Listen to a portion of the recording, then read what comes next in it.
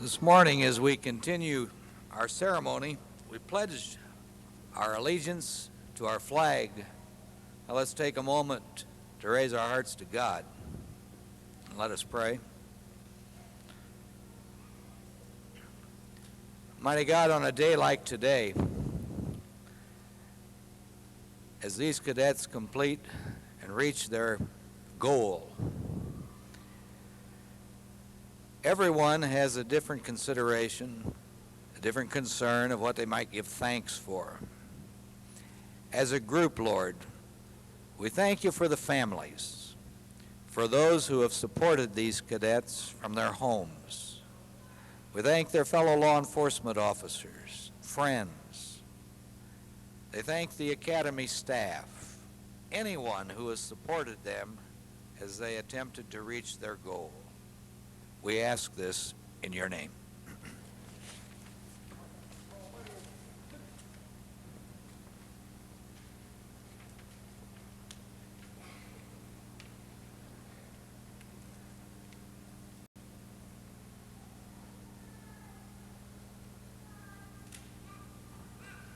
Would you please take your seats?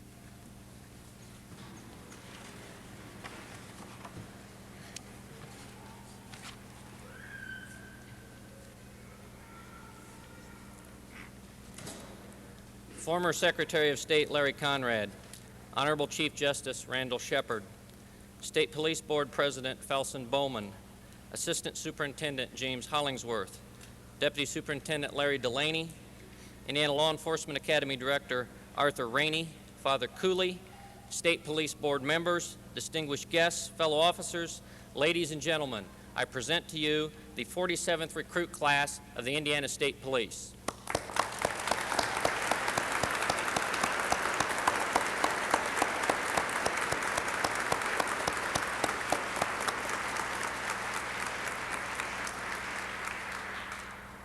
During the past 18 weeks, the members of this class have excelled both academically and physically in our academy. They have worked diligently to uphold the standards expected of them by receiving numerous and hundreds of hours of instruction and training.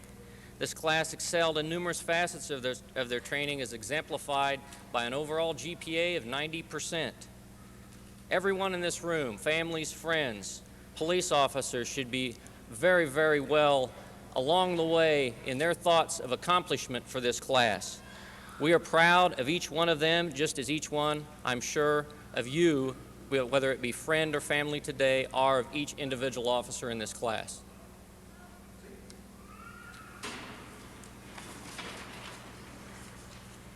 It's now my privilege to introduce to you the Assistant Superintendent of the Indiana State Police, James P. Hollingsworth. James Hollingsworth was born in Lafayette, Indiana. He is a graduate of Broad Ripple High School. He spent 4 years in the United States Navy. He joined the Indiana State Police in September of 1965. While with the Indiana State Police, he has been a scuba diver, a laboratory technician, an undercover investigator in the Organized Crime Unit. He came into General Headquarters in 1978 in our Accident Records section. He began working there diligently to computerize the Indiana State Police Department. He soon became the Assistant Division Commander of the Records Division. He later became Deputy Superintendent for Data and Communications until his appointment as Colonel, Assistant Superintendent on July 5, 1989. He's an active member of the Fortville Christian Church, where he currently lives in the Lawrence area with his family. It is my privilege to introduce to you Colonel James P. Hollingsworth.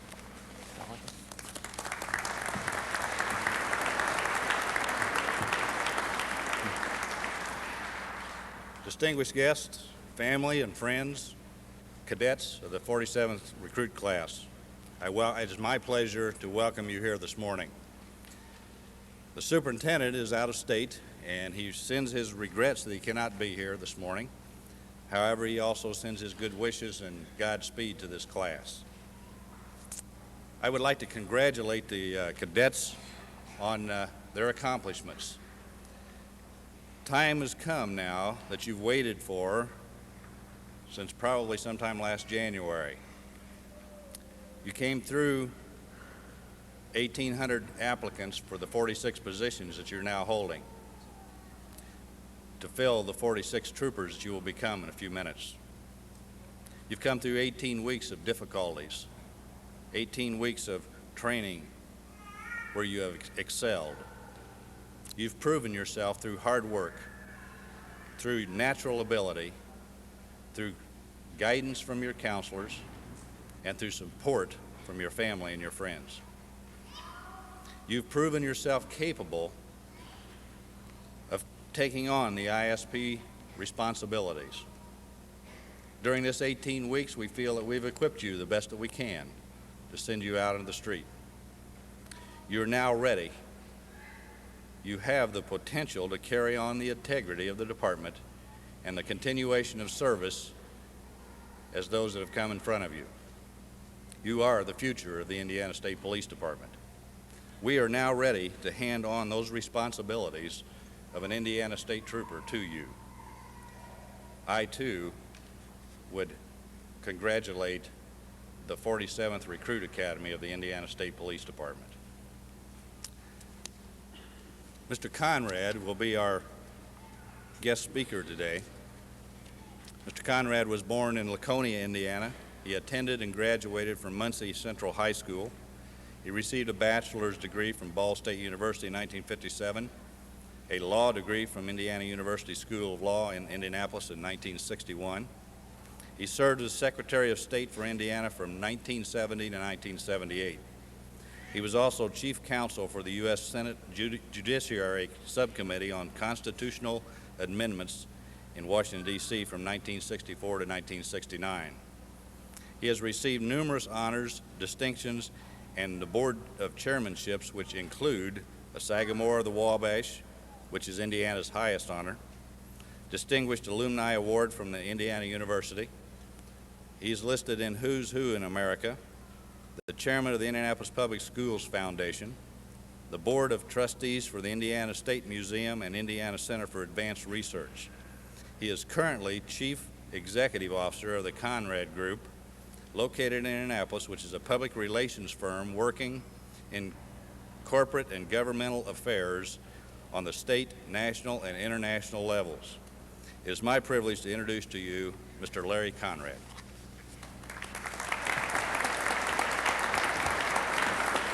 Thank you. Thank you, Colonel. That's about the second best introduction I've ever had in my life. The best one I think I ever had was back in 1976. I ran for governor. I kept it pretty much a secret at the time, but I ran, and one of the programs I showed up to, the program chairman let me introduce myself, which was the best one that I can remember, and the colonel's was the second best. Well, as the father said, it's a beautiful day and a wonderful time. And I know the Chief Justice and I are both lawyers, can reminisce about a special kind of day. It's sort of like law school graduation after a long, torturous course. And Phelps and Bowman, who's the president of the board, and these board members all have experienced similar type of occasions. And it really is a glorious thing to have happen in your lifetime. And as I walked in and looked out over the crowd, I saw so many people that are so important in one dimension of our society today that has been under attack, and that's friends and loved ones and relatives and people who supported you during the difficult times of orienting yourself and disciplining yourself. So I congratulate all of you who've come to witness this special occasion in someone's life. I really haven't looked too much at the criteria for state policemen recently, but little did I realize you had to be able to sing also. And so I guess we'll have an opportunity to hear each one of them sing now, because you did a wonderful job. I just hope that the singing that I receive is not one-on-one on the highway. Let me take just a minute or two and tell you why I was anxious to come when the colonel and the superintendent asked me about this. These young people represent a special dimension in the American society, and one that's not an easy task, and I need not to tell you that. I suppose if you took everyone in this room, a certain number of us would be proficient in firearms. Some of us would have the ability to reason and gather intelligence and apply it to a geometric basis somehow, in which we could deduce certain things. We would be able to mechanically do the things that have to be done in the area of crime science. But this job is more than that, not just in the Indiana area, but whether it's Moscow or whether it's Beijing or whether it's Versailles, Indiana. It's needful now for people to have wisdom, courage, and the ability to handle a situation instantaneously. And civilization progresses, and we see the product here of people who've raised the entire level to a high point. Diplomacy is everything. Information is everything. And in this day and age, when we turn on our television sets, pick up our newspaper, read our magazines, and converse with people at the barbershop or the beauty parlor, the things that are on our mind are disturbances of acts of people against people. And they seem sometime that they're going to strangle us in our society. Well, in my study of history, and I'm an amateur historian, I don't think anyone, other than perhaps the Visigoths. The Visigoths, about 400 years ago, tried a system of government sort of like ours, best I can tell. And we're the only other people who've made the guarantees in that thing called the Constitution of the United States, and that was a great leap forward. Since man had sat cross-legged before bonfires and talked first before attempting to cut each other's throats, this is the farthest advancement of civilization. So you don't send these people out here, well-trained, well-organized, well-disciplined, just to corral people and round them up. Because the Americans have said you have to do something a little different. And it's something called the Constitution. And we said, we're going to try this, and sometimes it almost hurts to make it apply. Well, we're going to keep trying it. It's worked for over 200 years. And in it, it says, not everybody but state troopers, not everybody but menfolk, not everybody but Presbyterians, not everybody but white folks. It just says everybody.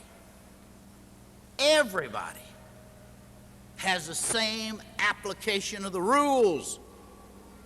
And it is for that reason that the cabin boy in Jamaica will pull on your sleeve and say, can you help me get to America? That's what the Poles are doing today. The Hungarians, the East Germans. It's the common denominator of all. Civilized people behaving in a civilized way, and here are diplomats on the line every day. People who have personalities and aptitudes to be able to handle a changing situation, no matter how unpleasant the person that they're dealing with has to be. So you're talking about people who have special sort of skills. And that helps all of us in our everyday life as the civilization continues to advance.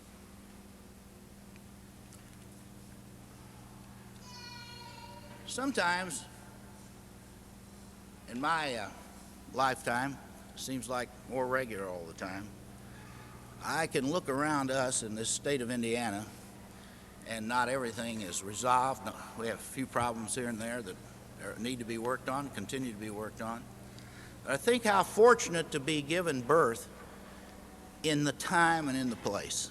I have a friend, I traffic sometimes in Central America, and I have a friend who went down, and I was coming out of Tegucigalpa one day on the way to the airport that's in Honduras. And as I was on the way to the airport, the guy who was driving me said, would you like to have a child to take home with you? I said, I've got 4 I can't handle now. Why would I want another one? So then I saw he was serious. And he said, we can stop here at the hospital and you can have a child. I said, you mean, he said, yeah, you just take one and we'll pick up the papers and you can take the child home with you. Well, I had a friend who did that. He and his wife had decided that they wanted a child, and they flew down and went through the mechanics in Honduras and brought him back. He used to bring him to the Pacer game, still does once in a while. And there is this child plucked out of a far distant point and set down in America. And I said, whatever you do, don't ever let this child fail to understand the odds in which they now have the opportunities in the world, in America, in the United States of America. And I've traveled far and wide. And it may be better someplace. If it is, I don't know where it is. But it's because of this balance of things that we've tried to achieve. And oh, how hard that is. It's like trying to rest a pea on the blade of a knife. It rolls one way and the other way. And it's their job, in a sense, to try to keep the balance there so that it doesn't fall one way or the other. And I would hope that you would keep that in your mind always. As you mature and as you age and as you get experience, and remember always you have to keep the pea balanced on the knife in our society. You can't let it drop either way, and you're sort of the first advance guard that says in our system of law that that's the rule. There's great risk in anything you do, and let me just leave you with a couple of short comments. I happen to be a white American male. The actuarials on me are pretty clear. Say I'm going to hang around about 72.4 years, give or take maybe a little bit, but the insurance tablets say about 72.4. And I read that early in life. And as I grew up, I searched for a philosophy that was my very own, and something to remind me all the time, and I found it for myself in a piece of prose written by a great justice of the United States Supreme Court, Oliver Wendell Holmes. And he said, it doesn't make so much difference where you stand as the direction in which you're moving. Sometimes you'll have to sail with the wind, and sometimes you'll have to sail against the wind, but you must always sail and never drift nor lie at anchor. At your age, these troopers' age, they don't think so much about that. As you get older, you think a little more about it. But I made my own list up of things that I wanted to do. I wanted to run with the whales, and I did that last year. My cousin arranged for me to go out and nestle in a boat between two 40-foot graybacks who were following the same migration patterns that their ancestors had followed for millenniums, from the North to the South Pole. And when you get within 15 or 20 feet, then you begin to have an understanding about the creatures that inhabit the earth with you and your feeling for them. I want to go faster than sound, and I went faster than sound. I wanted to be in a movie, and I was in a movie. I know you're always anxious to see it, aren't you? Good. It's called 8 Men Out. I had a list for myself. One of the things I wanted to do was, one time, was run for governor of the state of Indiana, and I did that. The day after the election was over, a couple nice ladies came in and they said, we feel so bad that you didn't win. I said, let me tell you something, ladies, you don't feel any worse about that than I do. Because I feel that life is special. And when you're only going to be here a short period of time, then I only do the things I like to do and where I think I can make a contribution, because it's not worth it if you do something else. And I said, there have only been 400 people who've run for governor of the state of Indiana since 1816, and I'm one of them. And I wanted to do it, and I did it. Am I disappointed? Yeah, because when I decide to do something, I go at it like I'm killing snakes. If it's worth doing, then you ought to devote your total energies to it, and I did that. But once they said, well, that's why we brought you this. They took out a big wall hanging, and on it said, I don't go to sleep at night till I believe I've disturbed somebody. And they said, what do you think you'll do with that? I said, I think I'm going to hang that up on my wife's side of the bed.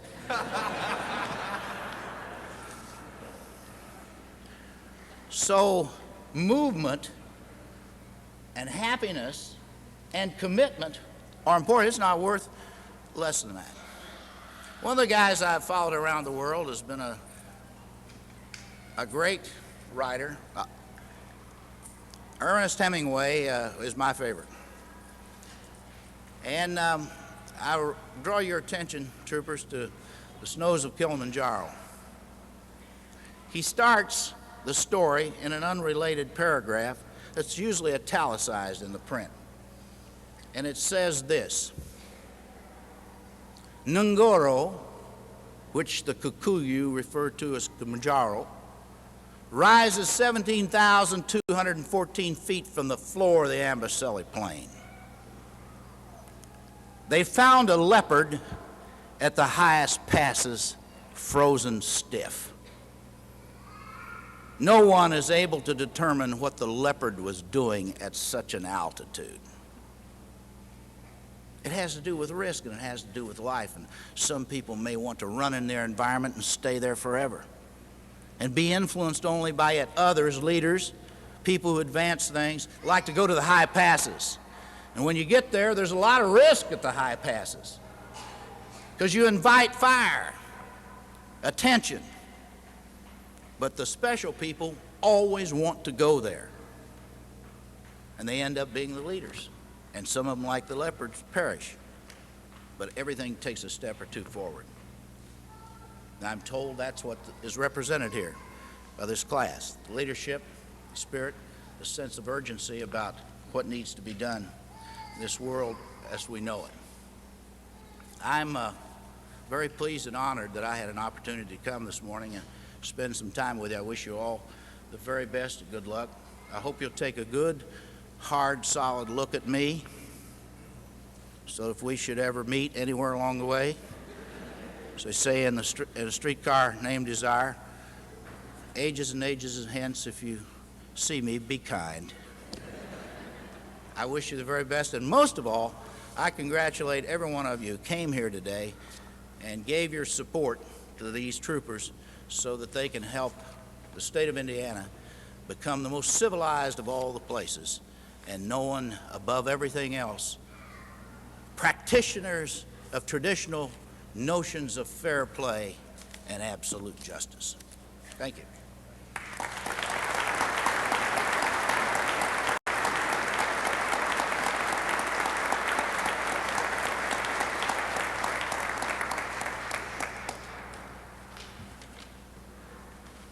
Mr. Conrad, I believe that we have 46 leopards trying to get to the top high passes. The time has come. The moment has arrived. I would like to introduce Randall T. Shepard, Chief Justice, Indiana Supreme Court, who would administer the oath of office. Mr. Shepard.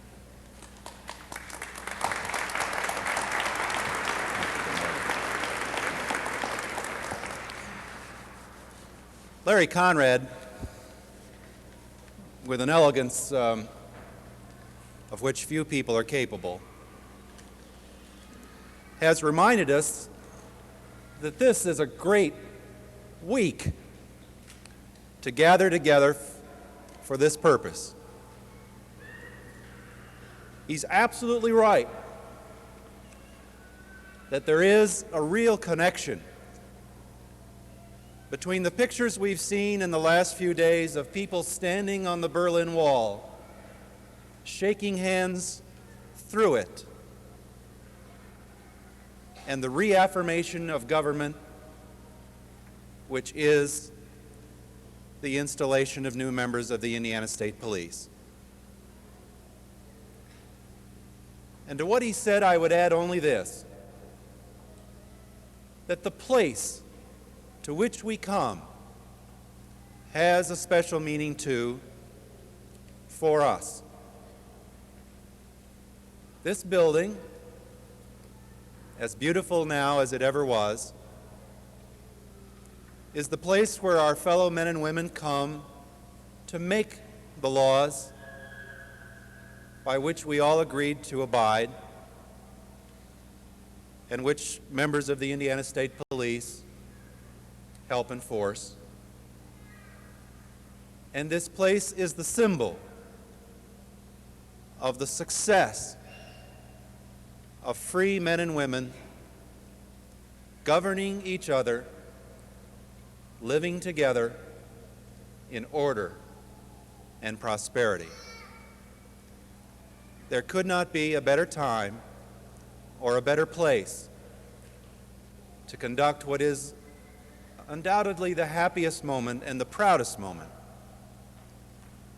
for the government of all of us, which we call the state of Indiana, then the installation of new officers for the state police, and I'm proud to be a part of it. Will the class then please stand and take the oath? Raise your right hand, please, and repeat after me. I do solemnly swear that I will support, protect, and defend. I do solemnly swear that I will support, protect, and defend The Constitution and laws of the United States of America. the Constitution and laws of the United States of America. And the Constitution and laws of the state of Indiana. The Constitution and laws of the state of Indiana. Against all enemies, foreign or domestic. Against all enemies, foreign or domestic. And that I will faithfully and justly discharge the duties. And I will faithfully and justly discharge the duties Of an employee of the Indiana State Police Department. of an employee of the Indiana State Police Department. According to the best of my ability. According to the best of my ability. I furthermore do solemnly swear. I furthermore do solemnly swear That I am not now and never have been. that I am not now and never have been A member of the Communist Party. a member of the Communist Party, A Communist Front organization. Communist Front organization, Or any organization which advocates the overthrow of the government of the United States of America. or any organization that advocates the overthrow of the government of the United States of America By force and violence. by force and violence. So help me God. So help me God. Congratulations. It's nice to have you. Be seated.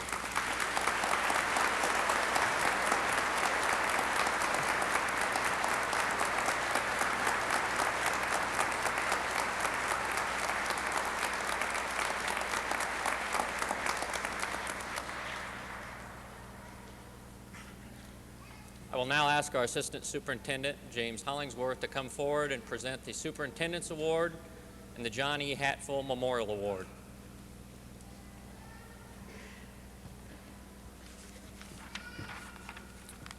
The Superintendent's Award is given to the recruit in each academy who demonstrates outstanding performance in the overall curriculum of the Recruit Academy to include academics, firearms training, emergency driving, physical training, defensive tactics, and professional demeanor.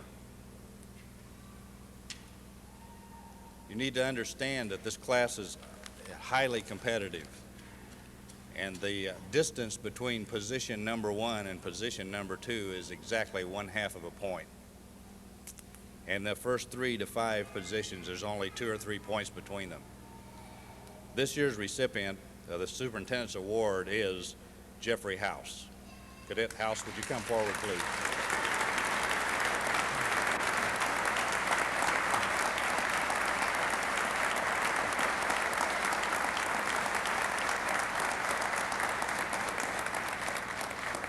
Congratulations, Jeffrey.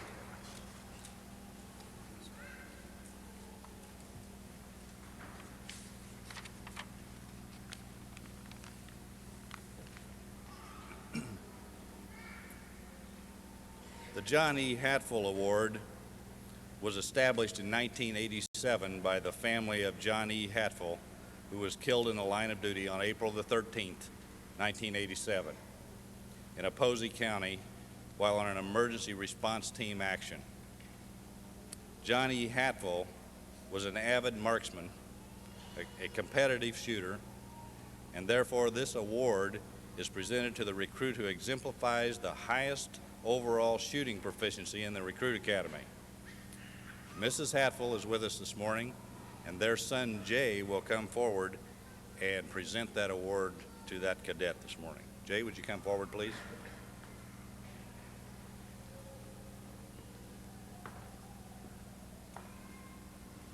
In memory of my father, Johnny Hatfill, I present this award to Philip A. Stowers.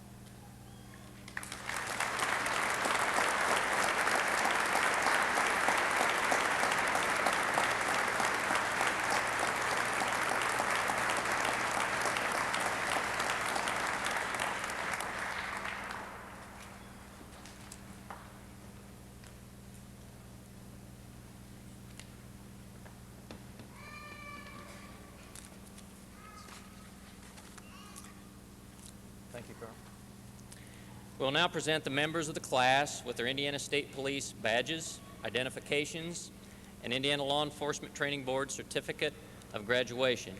Anyone in the audience who would like to take photographs at this time may do so. We just ask that you do not block the procession as the cadets, or the troopers now, go to and from the podium. I will also at this time call Sergeant David Benjamin to the podium, who was a recruit school commander this year and has been for the last 2 years, to present the names and read the roll of the 47th Recruit Academy.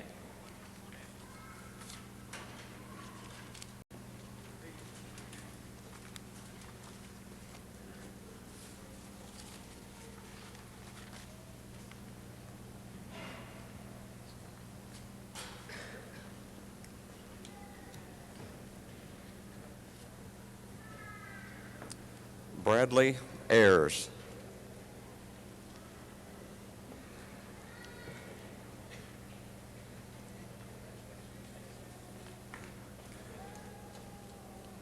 Robert Lee Bays, Jr.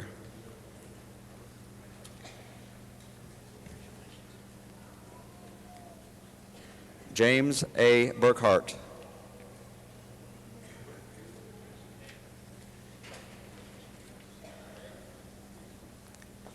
David R. Cam.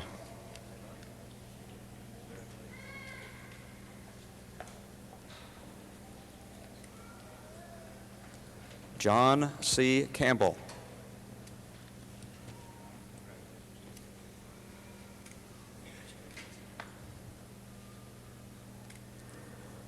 David R. Clayton.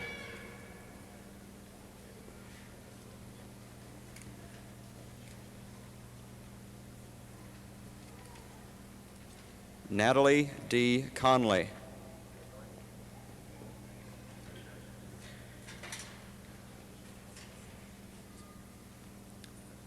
Jeffrey A. Cumberworth.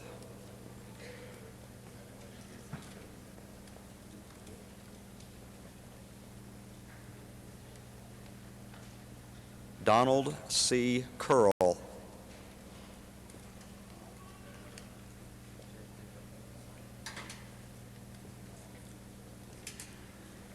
Daniel D. Dodds.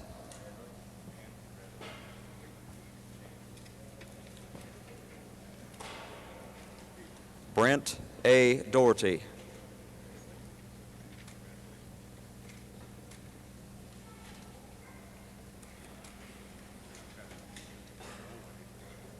Roger G. Drew II.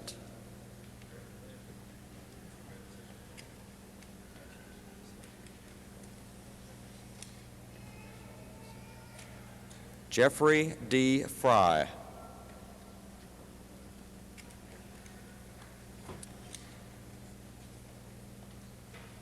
David M. Furness. His badge will be presented by his father, former Superintendent of the Indiana State Police, Larry D. Furness.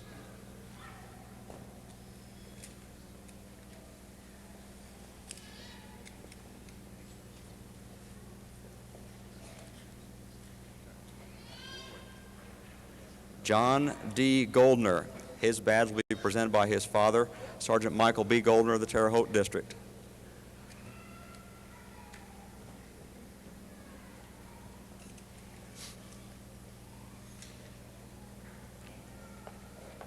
Daniel A. Gress.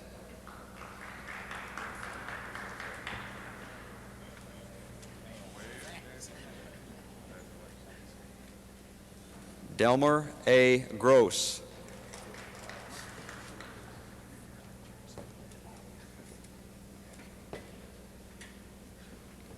Jeffrey G. Hammers.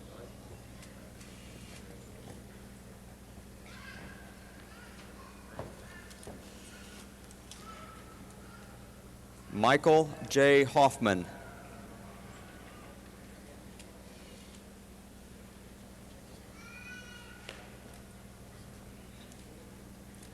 Jeffrey C. House.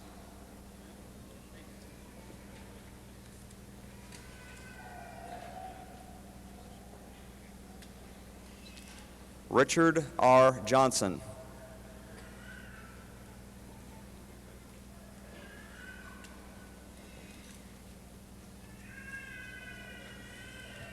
Daniel Lee Jones.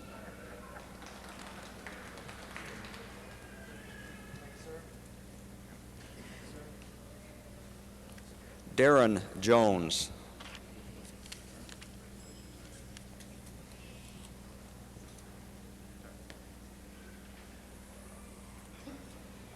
Daniel A. Kiesling.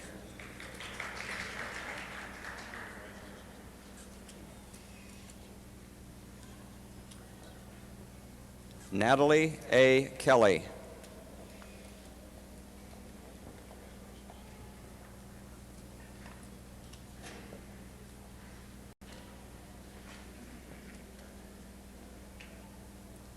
Jeffrey W. Kellogg.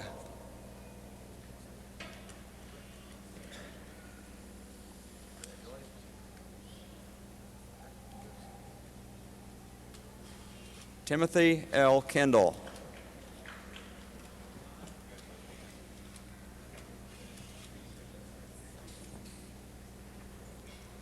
Thomas L. Merkling.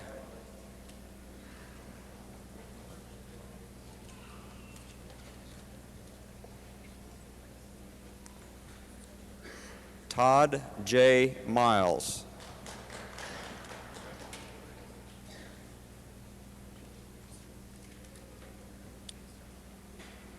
Kenneth R. Miller.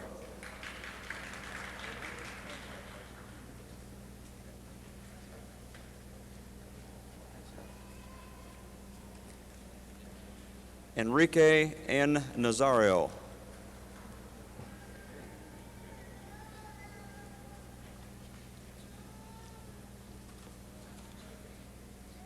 Vance A. Patton.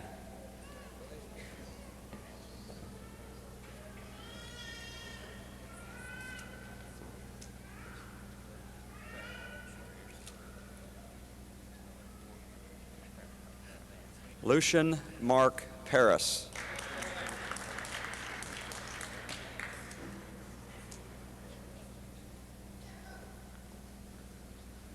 David Edward Rich. His badge will be presented by his father, Sergeant Jack E. Rich of General Headquarters, and his brother, Trooper Robert J. Rich of Bremen.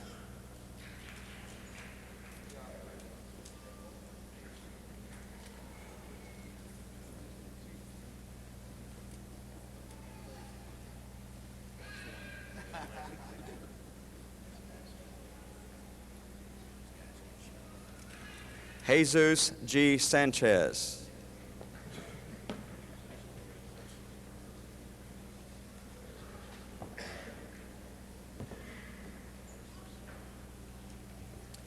E. Hans Schmidt.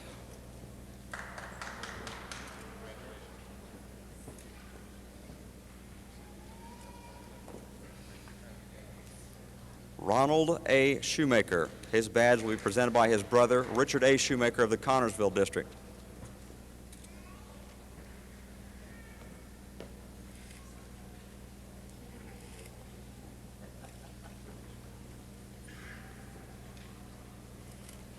Brian William Smith. His badge will be presented by his father, Sergeant William H. Smith of Area 5, and his brother, Trooper Todd E. Smith of the Seymour District.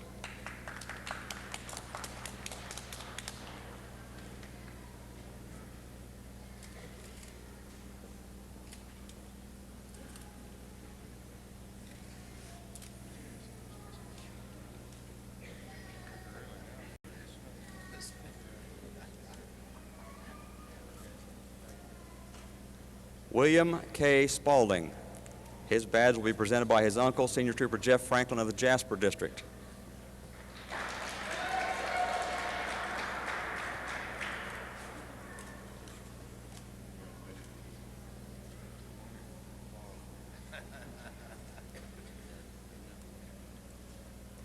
Philip A. Stowers.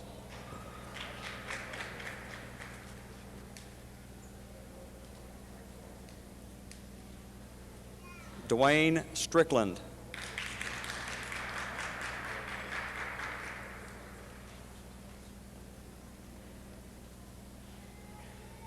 Daryl L. Terrell.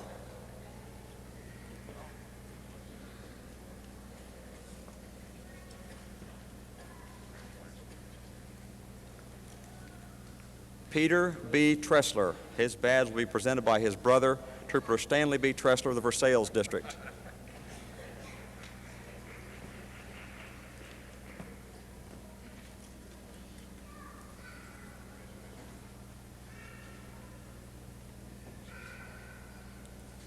Brent A. Turner.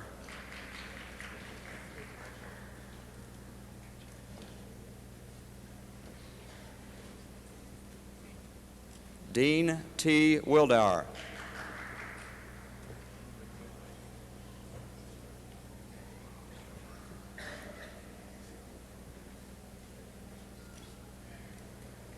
Gary M. Winters.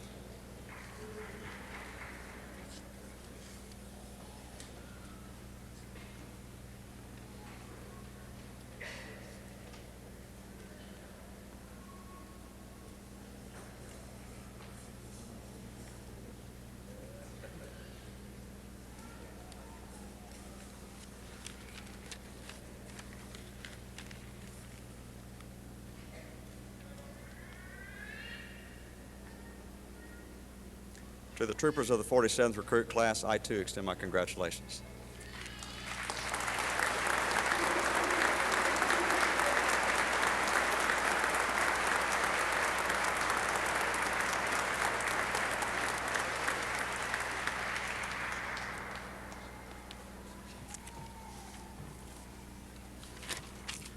I would like to take this opportunity to introduce both the training staff and the distinguished guests. The training staff puts together the entire curriculum, the educational and training process for the recruits that's set before you. The staff is made up of the following individuals, and I will ask them to rise from their seats as I call their names. Captain Dan East, Assistant Division Commander. First Sergeant Jeffrey Wardlow. Sergeant David Benjamin, who's the Recruit School Commander. Sergeant Emile Chip Sunye, Sergeant J.D. Richards, Sergeant Keith Gill, and also this morning we have with us Lieutenant Kelvis Williams, who was in our division and moved on to records. Also in the distinguished seated area from the training staff is Health Management Specialist Dr. Gordon Schmidt. The counselors for this school are the following people. I'd like you four to stand. Trooper Michael Yorty,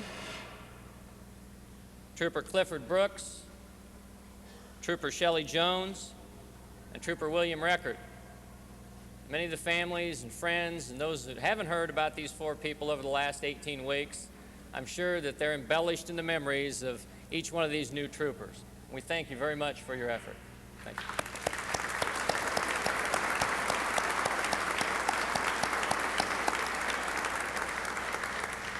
I'd also like to thank two ladies who were willing to help us this morning, the Division Secretary Robin Sample, who handed out bulletins in the back, as well as Mrs. Larry Delaney, who helped this morning also.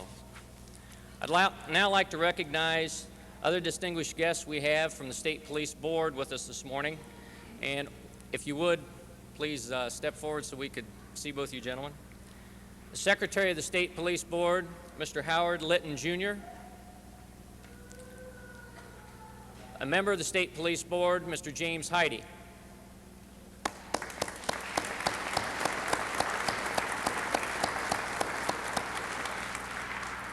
We also have with us this morning two other members of the executive staff of the superintendent. My boss, Lieutenant Colonel James Mitchell, who's Deputy Superintendent for Support Services.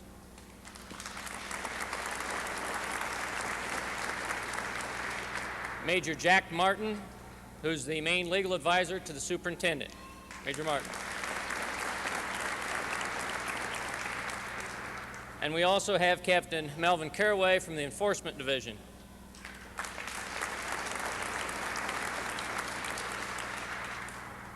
I will now ask Father Cooley to come forward to give the benediction for the Recruit Academy graduation.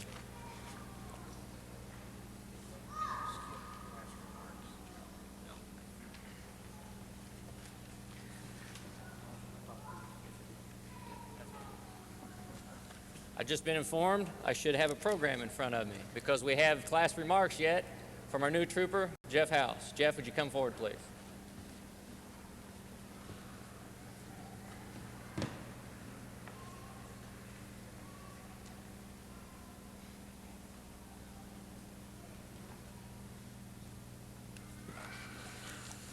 Realizing the superintendent could not be here today, on behalf of the 47th recruit class, I would like to thank Superintendent Jennings for his selection, ongoing observation, and now graduation of our class.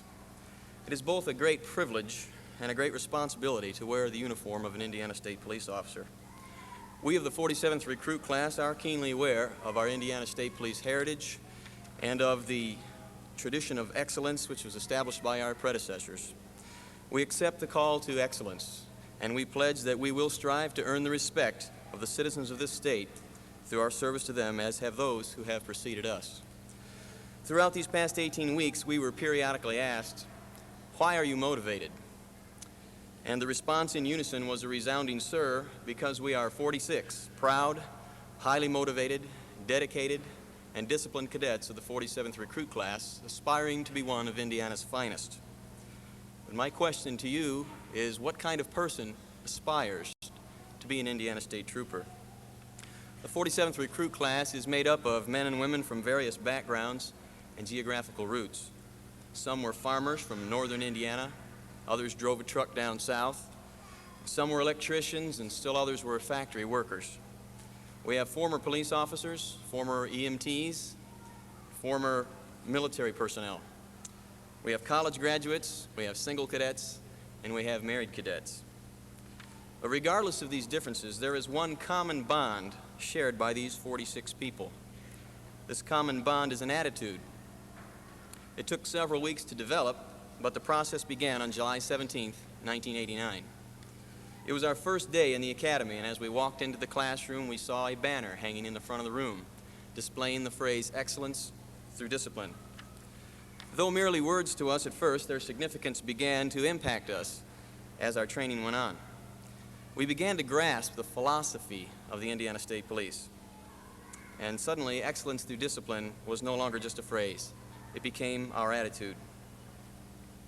I don't have to tell these 45 people in front of me that excellence is something that does not come easily.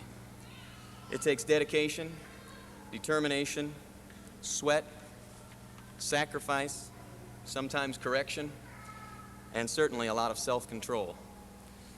All of these things are best described by the single word, discipline. Not only was the phrase "excellence through discipline" a theme for us to live by during the academy, but it has become the personal attitude of each member of the 47th recruit class. Because of our commitment to self-discipline, we have excelled in criminal law, firearms, defensive tactics, personal report writing, to name a few. We have worked hard in these areas, and we are proud of our accomplishments, but not out of an arrogance, but rather because they're indicative of the attitude that we've worked very hard in developing. It is a discipline of early rising to prepare a spotless room for daily inspection. It is the discipline of college-level coursework and rigorous physical training. Though we have learned much these past 18 weeks, we realize there is much yet to be learned. Our experience here has not been an easy one, nor was it expected to be. We knew we would be pushed to our limits to develop our own self-discipline. I'm reminded of a proverb, an old proverb which reads, "As iron sharpens iron, so one man sharpens another." Such has been the experience of the 47th recruit class. Not only has the training staff been sharpening us with their knowledge and experience, but we have come to sharpen each other. We have strained together, studied together, shared personal concerns together, and at times even sacrificed for one another. We started the academy together, and we have finished together, never allowing, however, the healthy competition of academy life to pervert our commitment to that bond of togetherness. But there's still one other group that I would like to recognize for their excellence through discipline. It is a very special group comprised of our spouses, children, girlfriends, boyfriends, and/or parents that have patiently endured our absence while handling alone the burdens of each day. You have encouraged us, and you have put your confidence in us. And ironically, most of all, it is you who have made us today extremely proud. There is much we have yet to learn, but again, we are willing to learn it. We are ready to serve, and we are proud, very proud, to take a place among Indiana's finest. Thank you very much.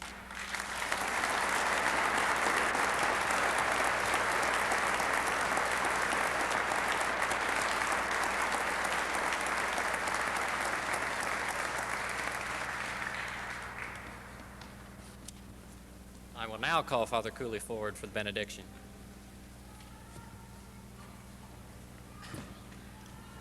I want to leave you with a thought this morning, and I'd like to tell you that I developed this thought or got an inspiration or something when I was on some big trip in the halls of the Vatican or something, but that wouldn't be true. I want to tell you about an English ballad, and I first heard it in a saloon, and there was a guitar player singing. It's called Two Little Boys. It's a story of two little kids in their family home. They each had a rocking horse. And I can imagine that maybe once in a while they got to rocking a little extreme, and one kid fell off his horse. And he cried. And his brother said, "Climb up on my horse. There's room on mine for two." Later on, they matured and they joined the cavalry. And in battle one day, one was shot. And his brother found him. And again he said, "Climb on my horse. There's room on my horse for two." Let us pray. Lord, let us always remember that we're not islands, we're not alone. We have to take care of each other. Lord, keep in our minds, this isn't applicable only to the new troopers. It's true for all of us. We have to reach out to each other and take care of each other. We have to have room on our horse for two. At times that's you, Lord, not just other human beings, but at other times it's another human being. Let us always live with that truth in mind. And we ask this in your name. Amen.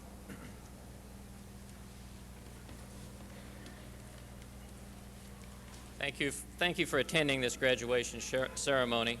You should be proud, that word's been used often during this ceremony, of the individual accomplishments of the new troopers and their career with the Indiana State Police. We'll ask you to rise at this time for the withdrawal of the colors and the class. You can meet the class at the north end of the rotunda at the conclusion of the ceremony. Please rise.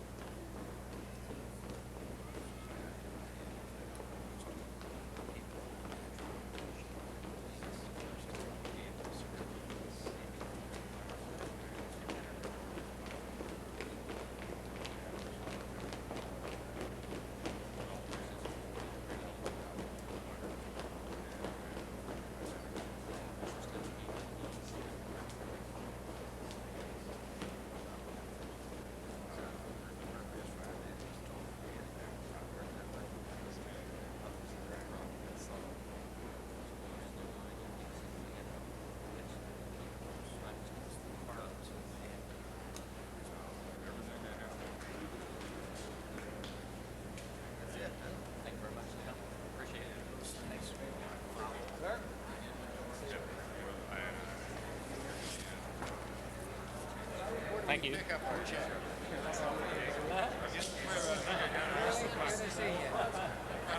Did you know that's what you